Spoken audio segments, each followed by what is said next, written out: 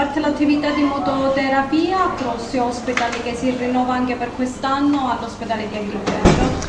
Ultima tappa del Cross Hospital quest'anno. Siamo felicissimi di un anno andato benissimo. Il progetto Cross Hospital dà sempre emozioni. Questo è il quarto ospedale quest'anno che giriamo. Abbiamo completato il circuito, il giro di tutta la Sicilia. Emozioni ne abbiamo lasciate nei reparti tantissimi. Prossimo anno stiamo preparando nuovi progetti, un Cross Hospital speciale e tante emozioni, tante emozioni. È una gioia che si rinnova, fa bene ai ragazzini che stanno in ospedale. Esattamente, fa benissimo ai piccoli pazienti che veniamo a trovare in reparto.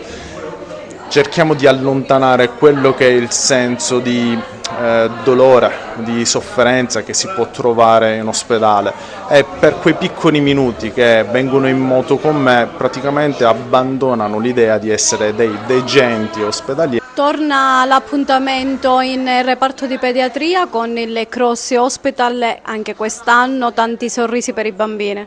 Motor Life è venuto per la quarta volta stamane, una quarta volta che è stata aspettata dai bambini che per la verità oltre ai motori hanno avuto l'opportunità di farsi qualche tour nel nostro reparto. Grande entusiasmo da parte degli stessi, entusiasmo da parte dei genitori, il tutto si è completato, voglio dire, anche con una manifestazione di affetto perché abbiamo dato dei regali ai bambini, i quali hanno accettato di buon grado la presenza delle motociclette elettriche, hanno accettato di buon grado i regali e quindi anche quest'anno abbiamo fatto un'opera di solidarietà e di affetto verso i bambini e degenti.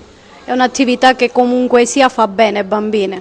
Sicuramente fa bene perché c'è il contrasto tra la terapia a volte iniettiva e la donazione di un regalo che sicuramente crea in loro entusiasmo.